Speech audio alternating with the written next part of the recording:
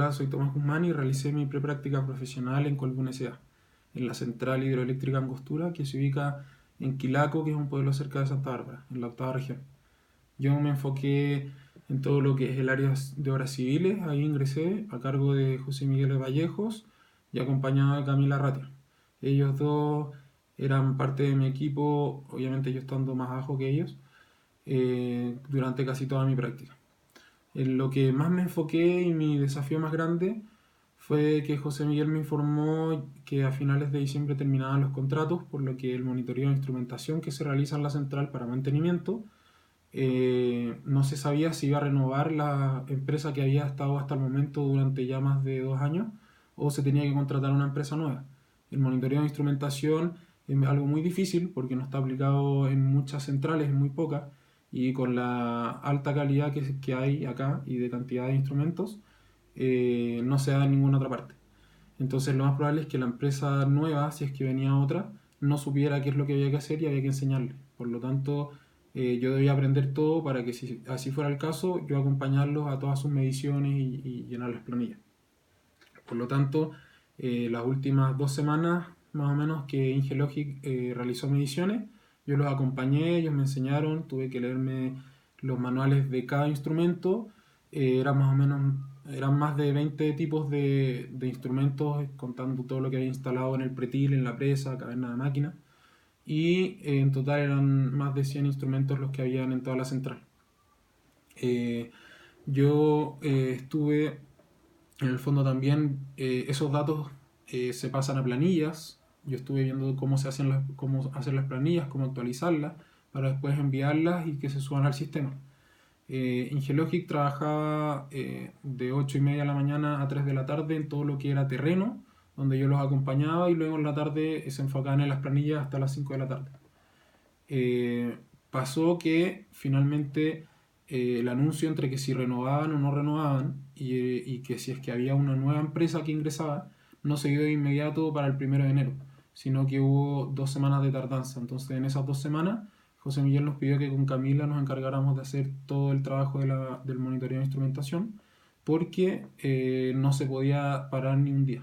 Habían instrumentos que necesitaban ser medidos diariamente, semanalmente o mensualmente.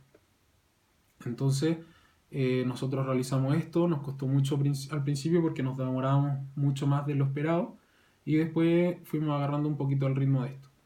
Eh, Principalmente, después de hacer las mediciones, yo me enfocaba en lo que era rellenar las planillas, ya que Camila debía ayudar a José Miguel con todos los otros cargos que tenía obras civiles, que eran demasiados.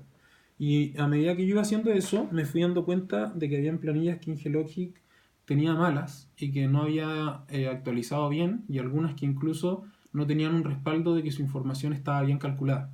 Por ejemplo, en los canales del piso difusor hay vertederos donde se ingresa el caudal y a medida que se altura, o sea, con la altura del vertedero uno obtiene el caudal que está pasando.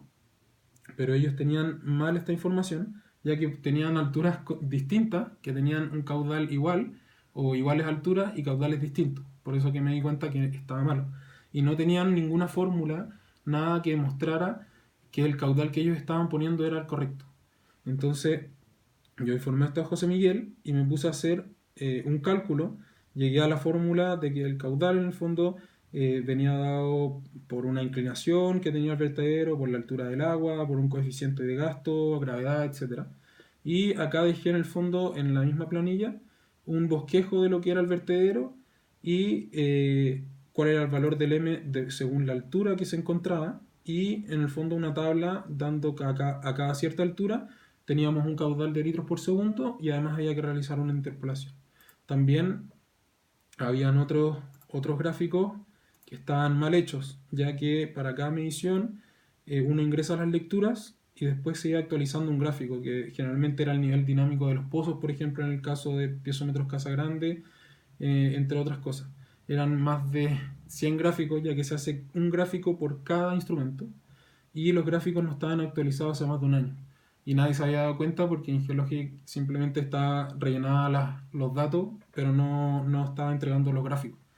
Y tuve que actualizarlo todos, y al actualizarlos todos nos dimos cuenta por suerte que aún no se mantenía ninguna irregularidad. Por lo tanto, estaba bien en ese sentido. Pero eso fue en el fondo, mayor desafío, ya que era algo muy grande para desarrollar y de mucha importancia en la central. Gracias.